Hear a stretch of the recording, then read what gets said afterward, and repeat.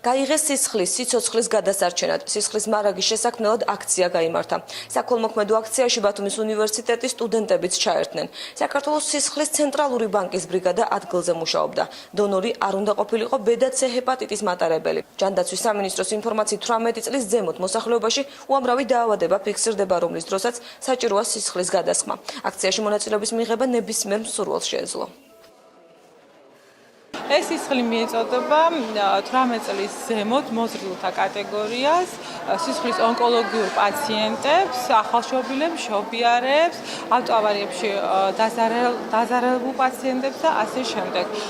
დიდი მადლობას მოვახსენებთ ყველას, ვინც ამ ხელმოქმედებაში ჩაერთო. თითოეული მათგანის მიერ გაღებული სისხლი 3 გადარჩენილი სიცოცხლე. ძალიან მნიშვნელოვანია ეს აქცია, რომ გადავარჩინოთ სიცოცხლე, დავეხმაროთ სტუდენტებს, მოუწოდებ, რომ გავიღოთ სისხლი იმისთვის, რომ გადავარჩინოთ სიცოცხლე. რავი, ძალიან მნიშვნელოვანია და ყველამ აუცილებლად ყველა უნდა ჩავერთოთ ამ აქციაში.